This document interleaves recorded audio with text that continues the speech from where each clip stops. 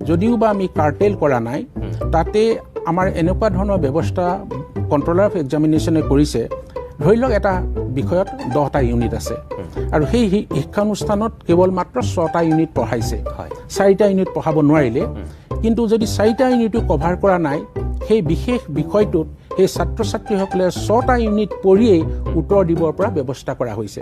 যিজনে 10টা ইউনিট নিজৰ ববিয়াকে হলেও পঢ়িছে তেওঁ আৰু অপচন বেছি পাব আৰু তেওঁ আনসাৰবিলাক অলপ ভেৰিড হ'ব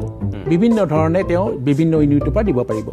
আৰু যদি 6টা ইউনিট পঢ়িছে সেই 6টা ইউনিটৰ ভিতৰতে কিন্তু 100% নম্বৰ উত্তৰ দিব পৰা ব্যৱস্থা কৰিছে বুলি কন্ট্ৰোলে আমাক জনাইছে শেষত আমি যেতিয়া প্ৰশ্ন কাকত দেখিম তেতিয়াহে তাৰ আসল আমি তাৰ যেটো কথা কোৱা হৈছে